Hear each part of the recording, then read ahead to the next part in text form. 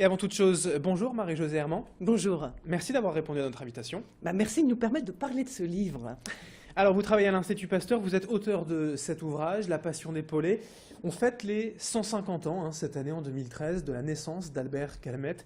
C'est ça l'idée de départ du livre, c'est lui rendre hommage? Tout à fait. C'est-à-dire que c'était l'occasion de rendre hommage à cet homme totalement exceptionnel qui, dans la région, a quand même marqué très fortement de son empreinte l'histoire de la population et de la santé. Il a été le premier directeur de l'Institut Pasteur de Lille, envoyé par Louis Pasteur lui-même pour créer cet institut ici, au cœur de la capitale des Flandres. Et en même temps, ici à Lille, il va notamment, mais c'est un des aspects, un des nombreux aspects du personnage, découvrir, mettre au point le BCG, ce fameux vaccin contre la tuberculose qui va sauver des millions de personnes dans le monde. Le BCG, pour la petite histoire, pour l'anecdote, ça veut tout simplement dire le bacille de Calmette et Guérin, co-découvreur donc du BCG, Albert Calmette. Alors dans ce livre, vous lui rendez hommage avec également le témoignage de 90 personnalités. Donc il y a un peu deux versants, il y a non seulement la biographie d'Albert Calmette, mais aussi des témoignages. C'est ça? C'est tout à fait ça. C'est un livre qui défie le temps.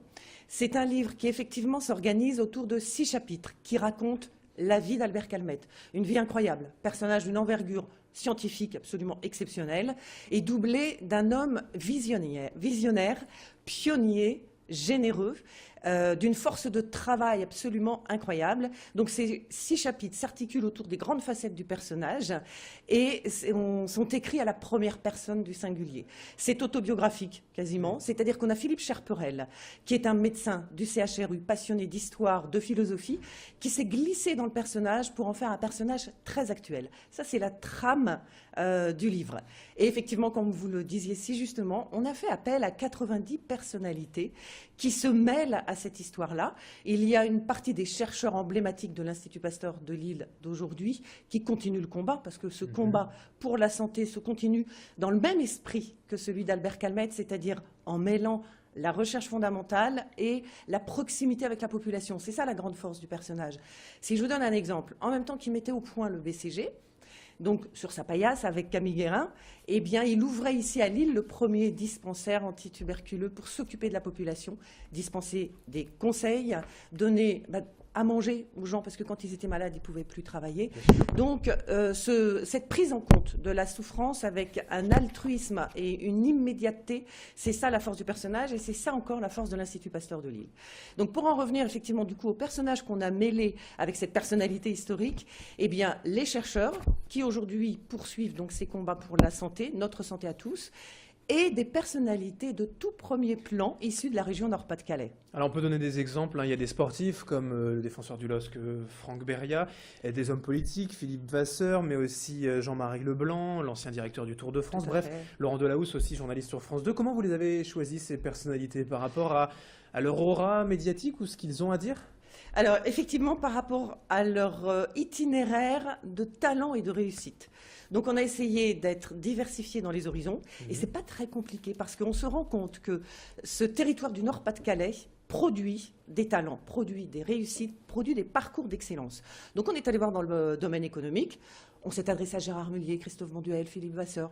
Dans le domaine sportif, Guy Drut aussi, Marie-Christine Debourse, des grands champions des années 80. Des auteurs, des artistes, Lynn Renaud, Chantal Latsou. Toutes ces personnalités ont quelque chose qui est typiquement ancré dans l'histoire du Nord-Pas-de-Calais. Des valeurs de travail, des valeurs d'innovation et un sens de l'autre exceptionnel. Je suis intimement convaincue qu'on n'aurait pas pu écrire ce livre dans d'autres régions. Tous ces ingrédients viennent croiser finalement des valeurs communes avec celles de l'Institut Pasteur de Lille. Mais toutes ces personnalités, donc il y a des chercheurs forcément, des médecins, mais ces personnalités du monde extérieur à l'Institut Pasteur, qu'est-ce qu'elles ont à vous raconter par rapport à Albert Calmette? Alors d'abord, elles disent leur admiration pour les chercheurs d'aujourd'hui. Et la plupart, même Lynn Renaud par exemple, nous dit, voilà, effectivement on est artistes, on est très connus, mais les chercheurs devraient l'être encore plus parce que leur combat, il nous concerne. La santé, ça concerne tout le monde. Vous, moi, on est concernés dans nos proches. Les accidents de la vie, ça existe, ça nous arrive. Et finalement, cette histoire universelle, cette histoire intemporelle, ils ont vraiment souhaité mettre leur notoriété pour mieux faire connaître, d'où ce titre, La Passion d'Épauler. Épauler tous ensemble cette formidable aventure. Et puis épauler, c'est aussi un clin d'œil voulu forcément au vaccin souvent fait. à l'épaule. Le message, c'est ça, c'est que le travail, la vie d'Albert Calmette, en fait, se poursuit aujourd'hui à l'Institut Pasteur. Voilà, les enjeux, encore une fois, je le dis, sont universels, sont intemporels. Les chercheurs d'aujourd'hui sont engagés contre le cancer, contre les maladies cardiovasculaires, contre la maladie d'Alzheimer, et vraiment ont cet esprit pasteurien. Calmette, c'était un disciple, un lieutenant de Pasteur. Il a transmis en héritage à nos chercheurs d'aujourd'hui cette même démarche au service de l'autre. Et ces personnalités, c'est aussi ça qu'elles ont voulu dire. Et dans leur propre parcours, elles nous ont parfois confié des choses qu'elles n'avaient jamais dites. Et elles ont accepté finalement de tomber le masque et de partager une partie de leur parcours personnel. Et tout est à destination au profit de l'Institut Pasteur, bien sûr. Mais évidemment, la passion d'épauler, c'est aussi ça. Donc, vous achetez ce livre, vous faites une formidable action parce qu'effectivement, c'est vendu au profit de l'Institut Pasteur de Lille. C'est un super cadeau pour Noël. Pourquoi pas, effectivement. Et ça se trouve, alors vous pouvez le commander sur le site internet de l'Institut Pasteur de Lille et vous le trouvez aussi, bien sûr, en librairie. Allez, je vais vous le remontrer, le soulever.